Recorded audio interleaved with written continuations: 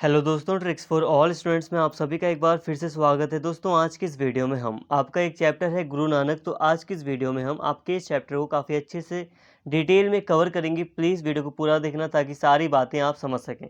देखिए, आपका एक चैप्टर है जिसमें आपको गुरु नानक जी के बारे में काफ़ी डिटेल में पढ़ना है। तो आज हम इसको काफ़ी डिटेल में कवर करेंगे। बस आप वीडियो को पूरा देखना, सारी चीज़ें आपको समझ में आ जाएंगी। प्लीज़ वीडियो को पूरा देखना। तो चलिए दोस्तों, बिना टाइम वेस्ट किए अपने टॉपिक को, अपने चैप्टर को शुरू करते हैं। गुरु नानक देव का नाम सिखों के आदि गुरु के रूप में लिया जाता है। नानक के अनुयायी उन्हें विभिन्न नामों से पुकारते हैं, जैसे नानक देव जी, बाबा नानक, नानक शाह आदि। नानक देव के व्यक्तित्व में अनेक विशेषताएं थी, जैसे कि वो दार्शनिक भी थे, योगी भी थे, गृहस्थ भी थे, धर्म सुधारक भी थे, समाज सुधारक और कवि, देशभक्त आदि सभी थे। देखिए दोस्तों, यहाँ पर गुरु नानक जी के बारे में आप इतना तो जानते ही हैं कि ये सिख धर्म में सबसे जो प्रमुख गुरु हैं वो हैं। सिख धर्म की एक तरह से आप ये कह सकते हैं कि जो नींव है वो इन्हीं के ऊपर टिकी है। सिख गुरु में जो महान गुरु या आदि गुरु हैं, जो सबसे पुराने गुरु हैं, वो गुरु नानक जी ही हैं। इनका काफ़ी सम्मान है। और नानक जी के जो अनुयायी हैं, मतलब गुरु नानक जी हैं, मतलब गुरु नानक जी को फॉलो करने वाले जो लोग हैं, जो सिख धर्म है उसको फॉलो करने वाले जो लोग हैं, वो गुरु नानक जी को अलग-अलग नामों से पुकारते हैं। जैसे कि कई बार गुरु नानक जी को नानक देव जी कह दिया जाता है, कई बार इन्हें बाबा नानक भी कहा जाता है, कई बार इन्हें नानक शाह भी कह दिया जाता है और कई अन्य नामों से भी गुरु नानक जी को पुकारा जाता है। अगर बात की जाए गुरु नानक जी के व्यक्तित्व की, अगर हम इनकी पर्सनैलिटी की बात करें, इनके स्वभाव की बात करें, तो इनमें कई सारी विशेषताएँ थी। जैसे कि ये एक दार्शनिक भी थे, एक फ़िलॉसफ़र भी थे। इन्होंने कई सारी चीज़ों पर चिंतन किया था, मतलब गहन अध्ययन किया था। ये योगी भी थे, मतलब सन्यासी भी थे, और गृहस्थ भी थे। गृहस्थ मतलब जो गृहस्थ जीवन बिताया जाता है वो। इसके अलावा ये योगी भी थे। धर्म सुधारक भी रहे थे, समाज सुधारक भी रहे थे। देखो, धर्म सुधारक, समाज सुधारक ऐसे थे कि गुरु नानक जी ने धर्म या समाज में जो कुरीतियाँ फैली हुई थी, जो अंधविश्वास फैला हुआ था या जो बुराइयाँ थी, उस पर भी कटाक्ष किया है। इन्होंने उसकी ओर भी संकेत दिया है और उसको दूर करने का प्रयास इनके द्वारा किया गया। इसलिए ये धर्म सुधारक और समाज सुधारक भी माने जाते हैं। इसके अलावा ये कवि भी थे और देशभक्त भी थे। देखो, भारत के ऊपर कई सारे जो आक्रमण हो रहे थे, उससे भारतीय जनता इतना परेशान हो रही थी और जान माल का इतना ज़्यादा नुकसान हो रहा था, तो उसके ऊपर भी इन्होंने अपने विचार दिए थे, उसका भी विरोध इन्होंने किया था। तो इसलिए इन्हें देशभक्त भी माना जाता है। तो दोस्तों, यहाँ पे तो हमने बस यहाँ पे कुछ सामान्य बातें की हैं। अब हम सीक्वेंस में बिल्कुल एक क्रमबद्ध तरीके से पूरा का पूरा चैप्टर पढ़ते हैं। थोड़ा चैप्टर बड़ा होगा लेकिन काफ़ी यूज़फुल होगा। कई सारी इंपॉर्टेंट बातें आपको आज की इस वीडियो में पता चलेंगी। तो सबसे पहले बात कर लेते हैं गुरु नानक जी के जीवन परिचय की। गुरु नानक का जन्म राई भोई की तलवंडी में कालू चंद पटवारी के घर माता तृप्ता की कोख से अप्रैल सन 1469 को हुआ था। सन 1539 ईस्वी में 69 वर्ष 10 महीने की आयु व्यतीत करके वे इस लोक से विदा हो गए। देखिए दोस्तों, गुरु नानक जी की अगर हम बात करें तो एक तलवंडी एक स्थान है, राई भोई की तलवंडी एक स्थान है, जो कि लाहौर से, जो आज पाकिस्तान में लाहौर, तो लाहौर से दक्षिण पश्चिम, या दक्षिण पश्चिम मतलब ऐसे दक्षिण पश्चिम में 40 किलोमीटर दूर, जैसे कि यहाँ लाहौर है तो यहाँ है 40 किलोमीटर दूर राई भोई तलवंडी एक जगह है, राई भोई, वहाँ पर है ये राई भोई का स्थान, लाहौर से 40 किलोमीटर दूर। और यहीं पर किसका जन्म हुआ था? तो यहीं पर गुरु नानक जी का जन्म हुआ था। अब ये जो राई भोई है, ये जो तलवंडी का ये जो क्षेत्र है, इसे राई भोई की तलवंडी कहा जा रहा है। तो ये आज के टाइम पर ननकाना साहिब के नाम से प्रसिद्ध है। ठीक है, ननकाना साहिब के नाम से इसे जाना जाता है। इनके जो पिताजी थे वो कालूचंद नाम था उनका, कालूचंद, तो वो पटवारी थे। तो कालूचंद पटवारी के घर इनका जन्म हुआ था। इनकी माता का नाम तृप्तता था और इनका जो जन्म हुआ था वो इस डेट में हुआ था 1469 में, और 1539 में इनकी डेथ हो गई थी। मतलब ये इन्होंने संसार को विदा कर दिया था। गुरु नानक जी बचपन से ही विचारशील, एकांत सेवी और शांत स्वभाव के रहे थे। पिता ने इन्हें घर पर ही हिंदी, संस्कृत, फारसी और पंजाबी की शिक्षा दिलाने की व्यवस्था की थी। मतलब कहने का ये है कि जो गुरु नानक जी थे उन्होंने हिंदी भी सीखी थी, संस्कृत भी सीखी थी, फारसी भी उनको आती थी और पंजाबी भी वो उन्हें आती थी। नानक के बचपन और किशोर आयु की कुछ घटनाएं। बचपन का मतलब बिल्कुल बचपन, और किशोर का मतलब भी बहुत ज़्यादा बड़ी एज नहीं है, लगभग ये 14-15 साल की जो एज है ये है।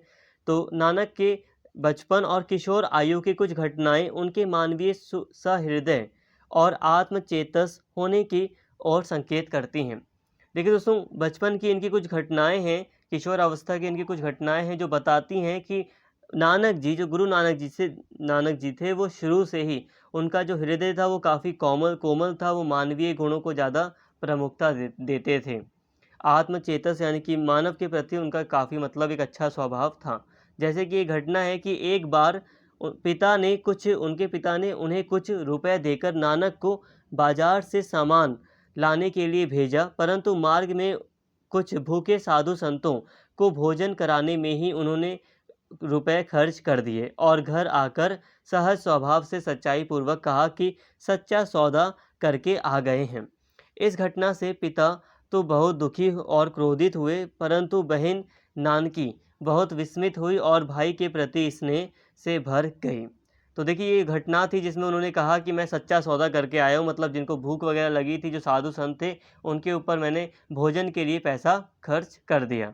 तो ये घटना थी जिससे उनके पिता और उनके मतलब परिवार उनके ऊपर गुस्सा भी किया, लेकिन जो उनकी बहन थी, नानकी या नाम था जिसका, वो उनसे काफ़ी मतलब प्रसन्न हुई, उनके प्रति स्नेह या प्यार की भावना नानकी के मन में आ गई।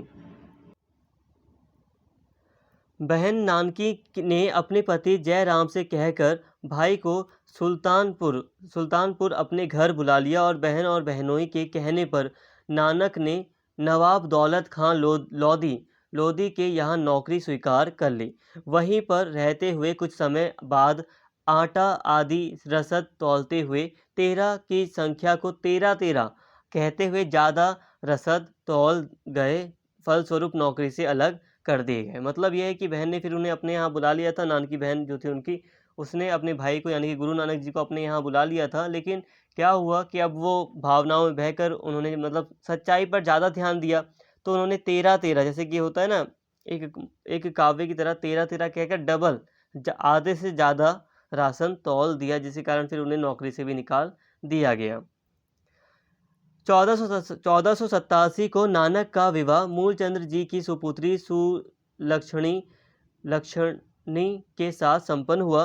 प्रारंभिक दाम्पत्य जीवन सुचारू रूप से चला। इनके श्रीचंद्र और लक्ष्मीचंद्र नामक 2 पुत्र हुए। बड़े पुत्र श्रीचंद्र कुशाग्र बुद्धि के निकले, जिन्होंने आगे चलकर उदासी संन्यास धारण किया और अपना उदासी संप्रदाय चलाया।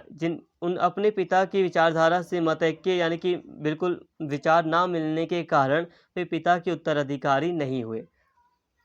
देखिए दोस्तों, ये सामान्य बातें हैं, तो यहाँ पे समझाना ज़्यादा मतलब ज़रूरी नहीं है। सिंपल सी बात है कि इनकी शादी सुलक्षणी से हुई थी और फिर उनके 2 पुत्र हुए थे, श्रीचंद्र और लक्ष्मीचंद्र, जिसमें से जो एक पुत्र थे श्रीचंद्र कुशाग्र बुद्धि के थे। और ये सारी चीज़ें वैसे दोस्तों आपको ज़्यादा याद रखने की ज़रूरत नहीं है, ज़्यादा मेन इतना याद रखने की ज़रूरत नहीं है। कुछ पॉइंट्स ऐसे होते हैं जिन्हें बस आपको समझना है, और हल्का सा आप समझ गए तो ठीक है, वो आप लिख कर आ जाएंगे इतना।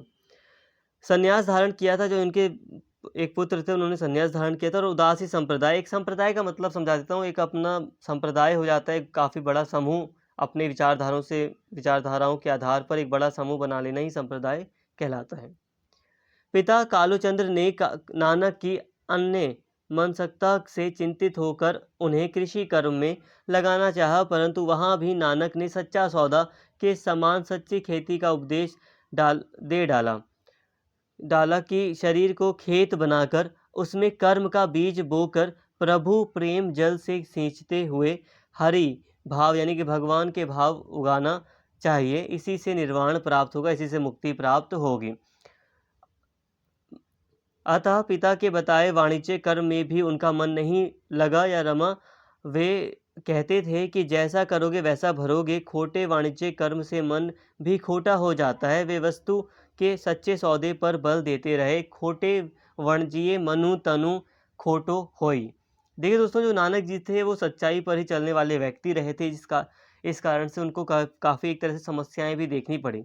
मतलब कहने का ये है कि पिता ने जैसे कि पहले बहन ने उनकी नौकरी लगवाई थी, अब नौकरी में वो उन्होंने मतलब ज़्यादा सामान तौल दिया था, मतलब ज़्यादा ही ईमानदारी से काम करते हुए उन्होंने कुछ ज़्यादा ही सामान दे दिया, तो वहाँ से फिर वो नौकरी से निकाल दिए गए। अब पिता ने उनकी इसी भावना से चिंतित होकर उन्हें सोचा कि कृषि कर्म में, यानी कि जो खेती-बाड़ी है उसमें लगा दिया जाए, लेकिन वहाँ पर भी उन्होंने सच्चाई की चीज़ों को अपनाया और वहाँ पर भी फिर वो उपदेश देने लगे या उसको एक तरह से भक्ति के रूप में कृषि कर्म को भी करने लगे। लेकिन उन्होंने, जैसे कि पिता ने समझाया था कि जो व्यापार है उसमें वाणिज्यिक कर्म में कई सारी चालाकियाँ अपनाई जाती हैं, लेकिन वो चालाकियाँ नानक जी ने बिल्कुल नहीं अपनाई। इन्होंने कहा कि जैसा करोगे वैसा भरोगे, मतलब हम किसी को धोखा या झूठ नहीं बोल सकते, और इतना हम जानते हैं कि वाणिज्य वगैरह में बिना झूठ बोले तो काम नहीं चलता। तो यहाँ पर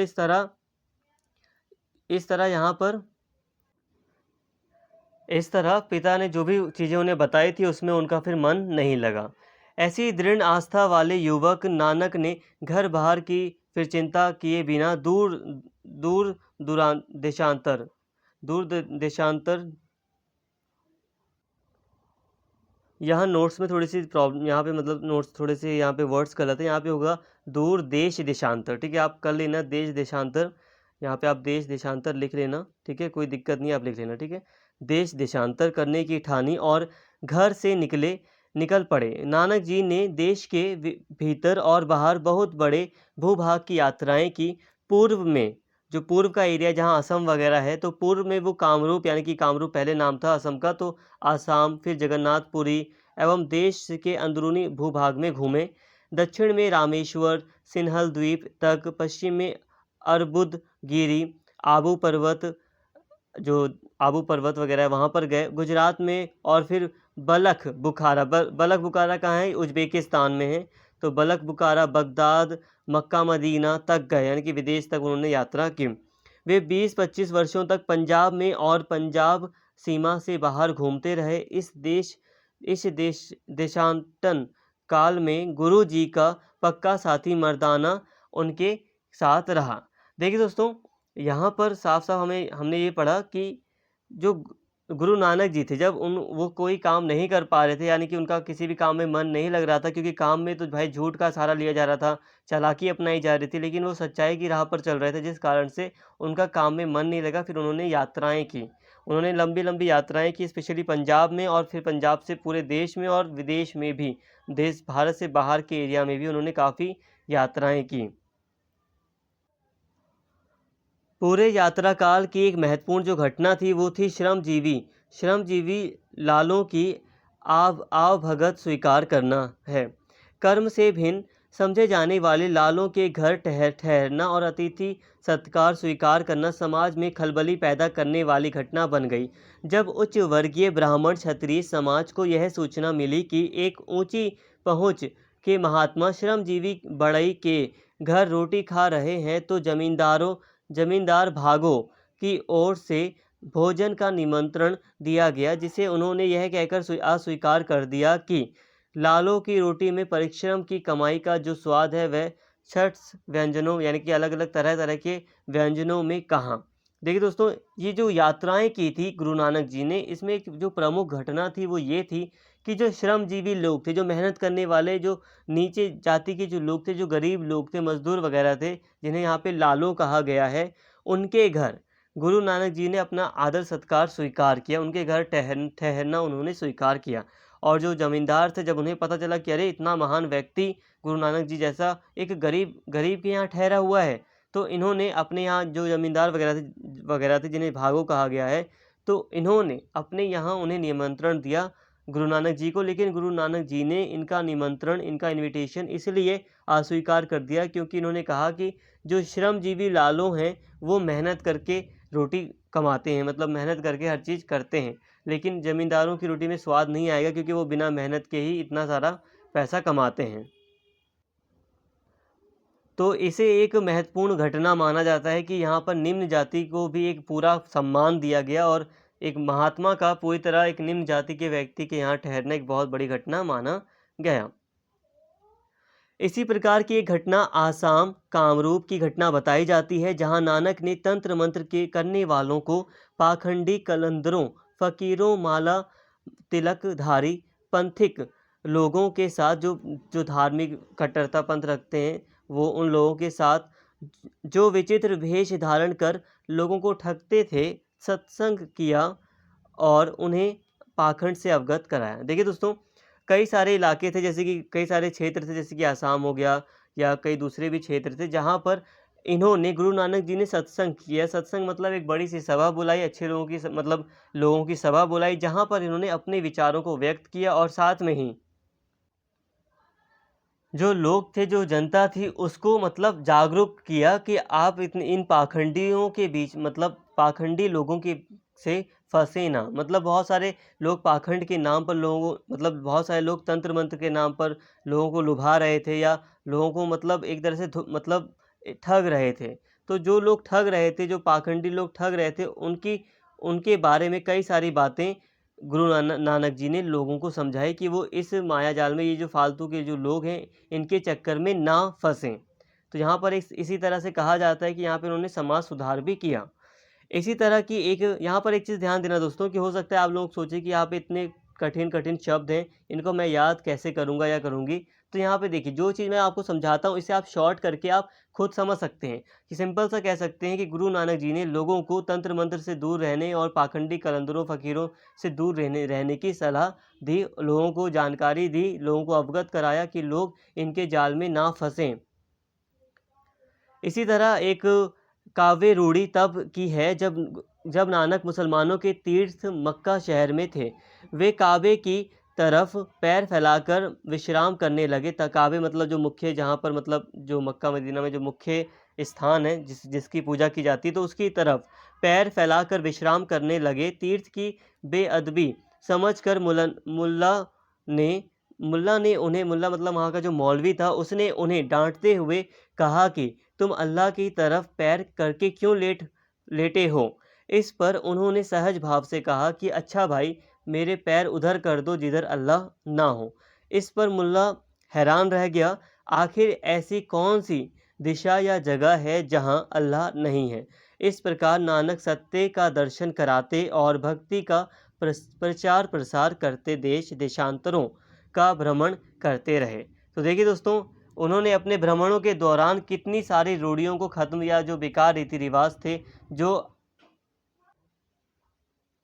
जो बेकार मान्यताएं फैली थी, तो उसकी ओर लोगों को अवगत कराया, लोगों को समझाने का प्रयास किया। जैसे कि अभी हमने ऊपर ही बात की कि लोगों को जागरूक बनाया कि वो पाखंडी बाबाओं के जाल में ना फंसें। इसके अलावा जैसे कि यहाँ पे एक महत्वपूर्ण घटना है कि जब वो मक्का गए थे, तो वो जो काबे था, उसकी ओर पैर करके मतलब पैर करके लेट जाते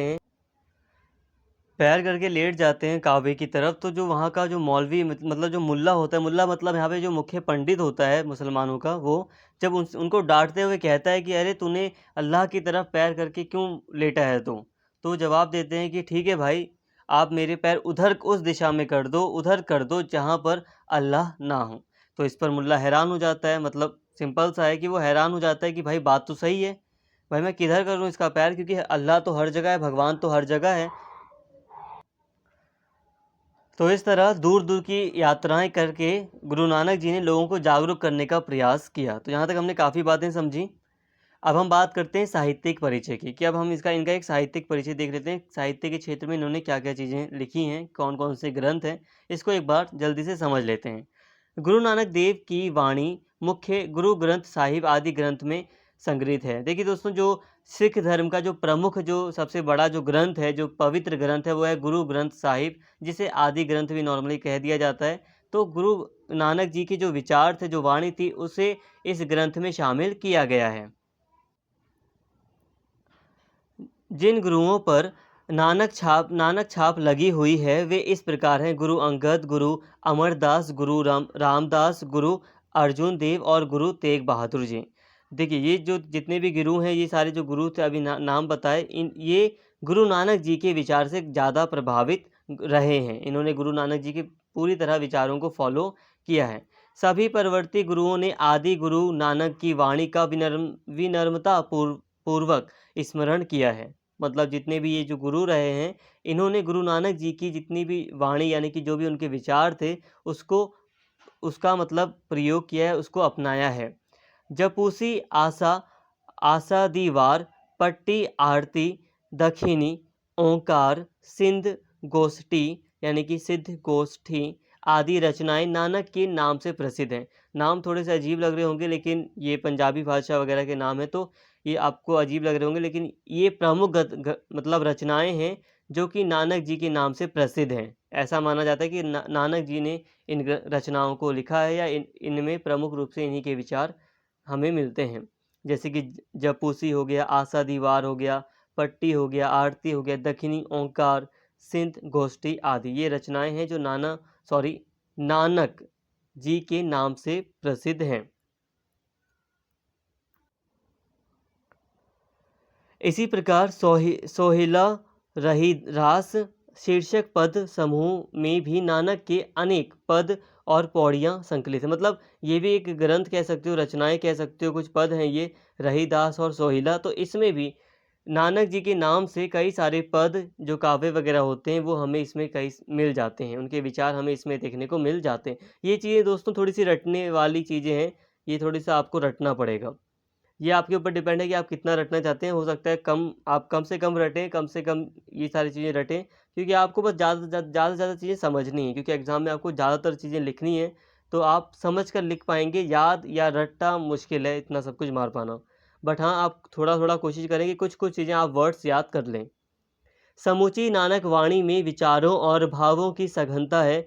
आध्यात्मिक विषय के विभिन्न अंगों का निरूपण नानक वाणी में निहित है।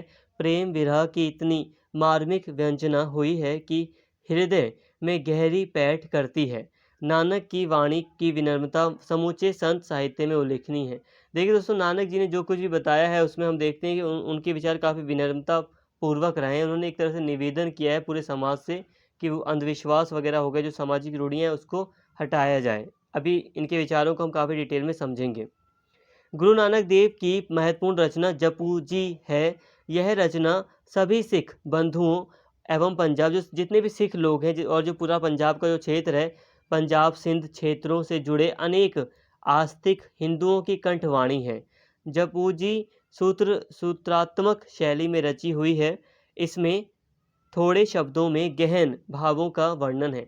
देखो, आपने सूत्र नाम सुना होगा ना, ये एक तरह से काव्य के रूप में, पद के रूप में, छंद के रूप में आप इसे समझ सकते हैं। 2-4 लाइन कैसे आप देखते हैं सूत्र, तो इस तरह से सूत्र सूत्रात्मक शैली में ये पुस्तक लिखी गई है, ये रचना लिखी गई है। और इसमें अलग अलग जो सूत्र हैं उसका जो अर्थ है वो बहुत ही व्यापक है।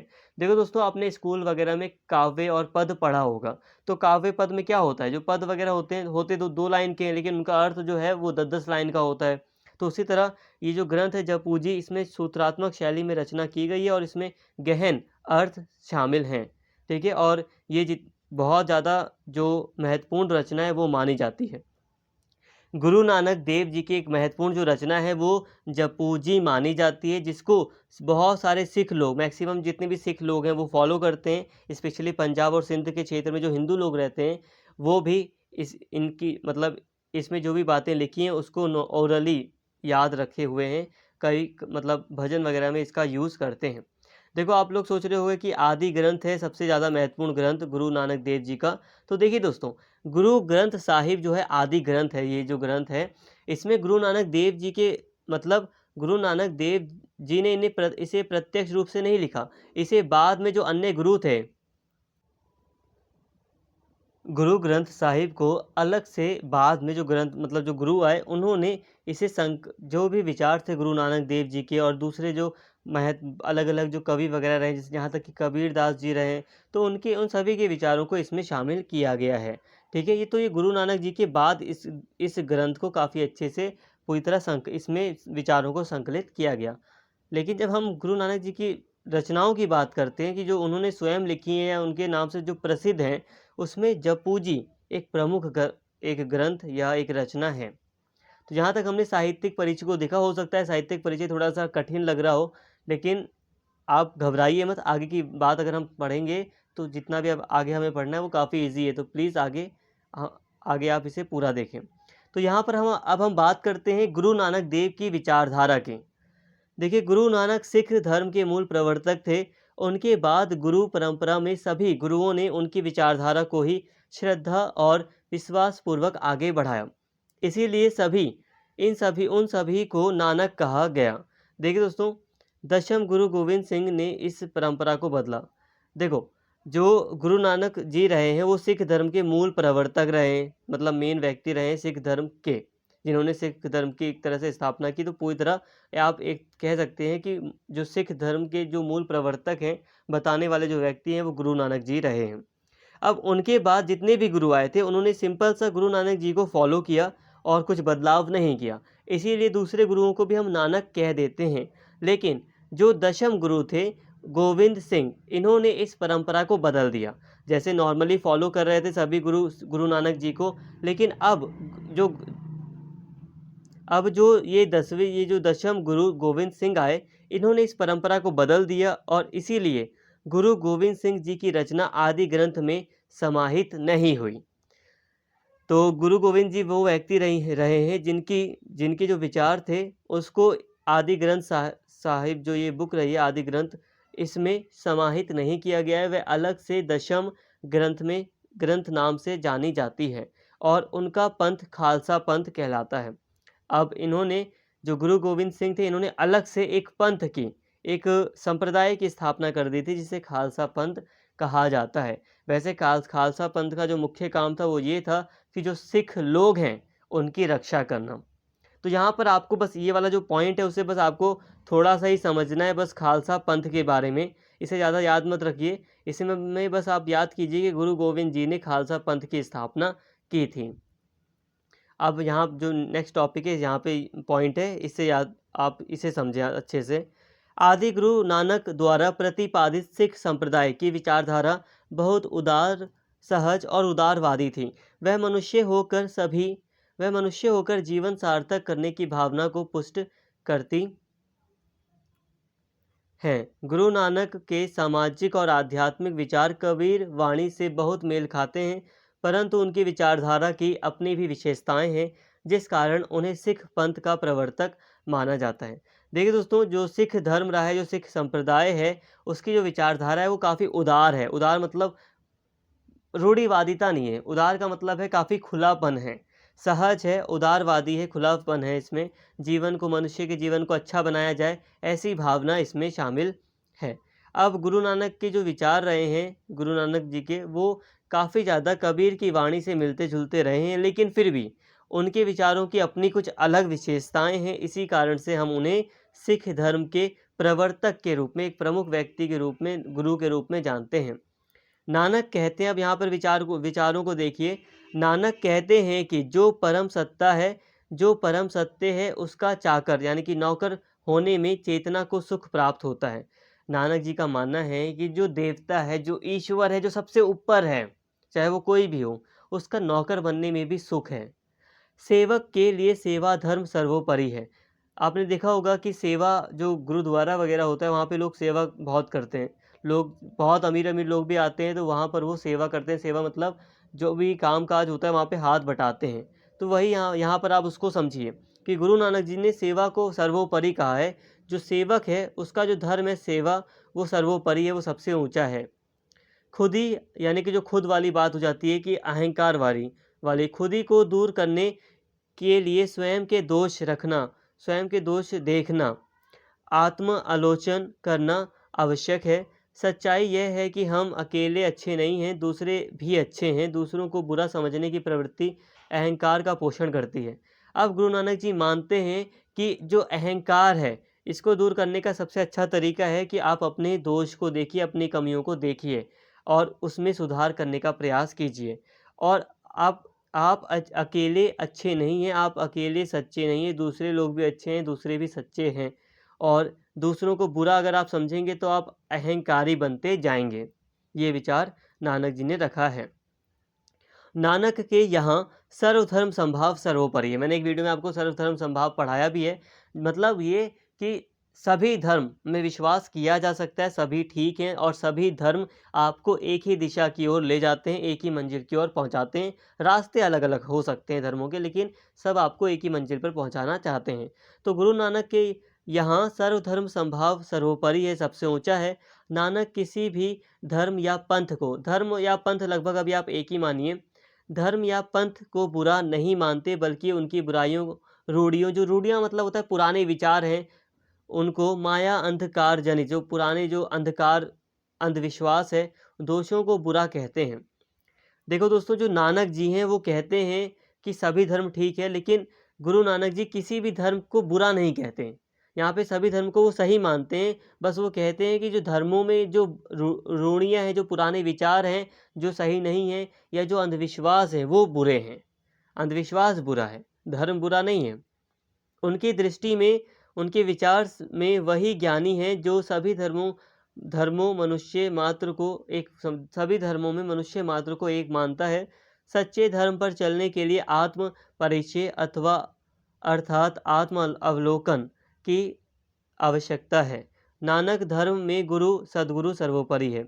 उनकी वाणी में परमात्मा के अवतार पक्ष का खंडन और एक ईश्वरवादी विचारधारा की प्रतिष्ठा देखने को मिलती है। देखिए दोस्तों, जो नानक जी हैं उनका मानना है कि वही व्यक्ति ज्ञानी है जो सभी मनुष्यों को एक नज़र से देखता है। ऐसा नहीं कि कोई व्यक्ति मुस्लिम है, कोई व्यक्ति हिंदू है, तो एक व्यक्ति उन दोनों को अलग अलग नज़र से देखे। चाहे व्यक्ति का धर्म कोई भी हो, या फिर व्यक्ति ऊंची जाति का हो या नीची जाति का हो, अगर कोई व्यक्ति सभी मनुष्यों को एक समान नज़र से देखता है, एक समान मानता है, तो वही अच्छा या सच्चा ज्ञानी है गुरु नानक जी के नज़र में। सच्चे धर्म पर चलने के लिए आत्म परिचय मतलब यही है कि अपने अंदर की बुराइयों को देखना होगा अगर हमें सच्चे धर्म पर चलना है तो। इसके अलावा नानक जी गुरु को ही सब कुछ मानते हैं। वो कहते हैं कि आपके धर्म में गुरु या सदगुरु ही सर्वोपरि है, सबसे ऊंचा है। और इसीलिए आप देख सकते हैं कि जो सिख धर्म रहा है उसमें कई सारे गुरु आए हैं, क्योंकि गुरु नानक जी ने गुरु को ही सबसे ज़्यादा महत्व दिया, गुरु को ही सर्वोपरि बताया। इसके अलावा दोस्तों, जो गुरु नानक जी हैं वो परमात्मा का जो अवतार पक्ष है उसको नहीं मानते। जैसे कि हिंदू धर्म में अवतारों की बात की गई है, या बहुत सारे धर्म में अवतार की बात की जाती है कि ये कोई व्यक्ति था जो भगवान के अवतार के रूप में धरती पर इनका जन्म हुआ। तो ऐसे किसी भी अवतार को ये नहीं मानते गुरु नानक जी। गुरु नानक जी इसका खंडन करते हैं और ये एक ईश्वरवाद की विचारधारा को मानते हैं कि एक ईश्वर है। तो यहाँ तक हमने काफ़ी बातें कर ली। अब हम बात कर लेते हैं सामाजिक चेतना की, इसे भी जल्दी से समझ लेते हैं। संत हृदय होते हुए भी नानक की बेचैनी यह है कि यदि ताकतवर से लड़ता है तो कोई बात नहीं, परंतु यहाँ तो बाबर की सेना, बाबर जानते हैं ना, जो मुगल वंश का संस्थापक था वो बाबर ही था, जो मुगल वंश को स्थापित किया था भारत में जिसने। तो बाबर की सेना हर तरफ निरह यानी कि दुर्बल लोगों पर अत्याचार कर रही है। इन्होंने मानवतावादी दृष्टिकोण को बढ़ावा दिया। देखिए दोस्तों, जो नानक जी थे उनका जो हृदय था, जो मन था, वो बेचैन था। एक्चुअल वास्तव में देखा जाता है कि जो सन्यासी होते हैं, जो गुरु होते हैं, उनका मन बेचैन नहीं होता। लेकिन गुरु जी का, जो नानक थे, उनका मन बेचैन इसलिए था क्योंकि उन्होंने देखा कि अगर ताकतवर व्यक्ति ताकतवर से लड़ रहा है तो कोई बात नहीं, लेकिन जो बाबर की सेना थी उस समय, वो निर्बल या जो दुर्बल लोग थे उन पर अत्याचार कर रही थी, तो इसलिए वो परेशान थे। इसीलिए कहा जाता है कि उन्होंने आवाज़ भी उठाई थी इसके खिलाफ, मतलब इसके खिलाफ बोला भी था। उन्होंने मानवतावादी दृष्टिकोण रखा, मतलब हमें मानववाद को ही बढ़ावा देना है। आज हम ह्यूमन राइट्स की बात करते हैं, तो इसे आप मानववाद के रूप में समझ सकते हैं कि आपको ह्यूमंस की नज़र से देखना है सबको, कि सभी व्यक्ति इंसान हैं, सभी व्यक्ति मानव हैं। चाहे व्यक्ति का मतलब जाति नीची हो, चाहे ऊंची हो, चाहे वो किसी भी धर्म का हो, लेकिन वो है तो इंसान, तो उसके साथ मानव जैसा, एक इंसान जैसा व्यवहार किया जाए, कुछ अच्छे मूल्य, मानवीय मूल्य को बढ़ाया जाए। तो इन्होंने मानवतावादी दृष्टिकोण को बढ़ावा दिया गुरु नानक जी ने। गुरु नानक वाणी की भाषा मिली जुली, जो इनकी जो रचनाएं हैं, गुरु नानक जी की जो रचनाएं हैं, या इन्होंने जो भी उपदेश दिए हैं, इनकी भाषा जो है उसकी मिली जुली है। खड़ी बोली के वेश में ब्रज, अवधी, मगधी, अपभ्रंश, फारसी तथा अरबी शब्दावली की मिलावट आदि ग्रंथ में मिलती है। अब अगर हम इनकी पुस्तक की बात करें, आदि ग्रंथ की बात करें अगर हम तो इसमें हमें कई सारे शब्दों, अलग अलग भाषा के अलग अलग शब्दों को हम देख सकते हैं। तो यहाँ पे हम कह सकते हैं कि गुरु नानक जी ने जो भी विचार सामने रखा था, उपदेश दिया, वो अलग अलग भाषाओं में दिया, स्थानीय भाषाओं में देने का प्रयास किया। जैसा कि हम जानते भी हैं दोस्तों कि गुरु नानक जी को कई सारी भाषाएं आती थीं। उनकी वाणी में वही सहजता है जो वे बचपन से बोलते रहे होंगे, उनकी भाषा में कृत्रिमता यानी कि बनावटीपन कहीं नहीं है। एक व्यक्ति होता है जो बनावटी बोलता है, बनावटी का मतलब वो ग्रामर को इधर-उधर नहीं करता, और एक व्यक्ति होता है स्वभाव से स्थानीय भाषा में बोलता है, तो बिल्कुल वो अच्छे से बोल पाता है। तो इन्होंने बिल्कुल अच्छे से बात की है, अच्छी मतलब जो इनकी भाषा रही है वो उसमें कृत्रिमता यानी कि बनावट नहीं रही है। अत्यंत प्रचलित मुहावरों और लोकोक्तियों का प्रयोग उन्होंने किया, मुहावरों का भी प्रयोग किया, जो लोकोक्तियाँ उस समय मौजूद थी उसका प्रयोग किया इन्होंने अपनी भाषा में। नानक का लक्ष्य पांडित्य दर्शन प्रदर्शन नहीं था, अपितु दर्शन के गूढ़ रहस्य को सहज भाषा में प्रस्तुत करना था। वस्तुतः नानक की भाषा ने साधारण जन और विद्वान पंडित के बीच सेतु का काम या निर्माण किया। देखिए दोस्तों, नानक जी का लक्ष्य ये नहीं था कि वो दिखाना चाहते थे कि वो विद्वान हैं, बल्कि वो जो रहस्य थे, जो समस्याएँ थी, उसको हल करना चाहते थे। और यहाँ कहा गया है कि नानक जी ने एक आसान भाषा का प्रयोग किया, साधारण लोगों को अधिक से अधिक चीज़ें समझाने का प्रयास किया। तो यहाँ पे हमने देखा कि नानक जी ने लोगों की भाषा में उन्हें सारी चीज़ें समझाने का प्रयास किया, लोगों को जागरूक करने का प्रयास किया। सिंपल है दोस्तों, यहाँ पे हम समझ सकते हैं कि गुरु नानक जी सच्चाई पर चलने वाले व्यक्ति थे, जिन्होंने सच्चाई का रास्ता कभी नहीं छोड़ा, और इन्होंने अपनी यात्राओं के द्वारा पूरे देश में जहाँ-जहाँ भी ये गए, वहाँ पर लोगों को जागरूक बनाने का प्रयास किया। तो उम्मीद करता हूँ सारी बातें आपको समझ में आ गई होंगी। अगर कुछ भी डाउट है तो यही कहूँगा, वीडियो को एक बार और देख लेना, और कैसे याद करना है, क्या चीज़ें आपको कैसे लिखनी है, इसके ऊपर मैं वीडियोज़ ला रहा हूँ, आप उसको देख सकते हैं। तो प्लीज़ आप उन वीडियोज़ को देख लेना ताकि आपको काफ़ी अच्छी अंडरस्टैंडिंग मिल सके। उम्मीद करता हूँ सारी चीज़ें आपको समझ में आ गई होंगी। कुछ डाउट वगैरह है तो यही कहूँगा, एक बार वीडियो को दोबारा देख लोगे तो सारी चीज़ें क्लियर हो जाएँगी। उम्मीद करता हूँ वीडियो आपको पसंद आई होगी। अगर आपको वीडियो अच्छी लगी हो तो प्लीज़ चैनल को सब्सक्राइब कर लें, और इस वीडियो को ज़्यादा से ज़्यादा शेयर करें और लाइक करें। Thank you.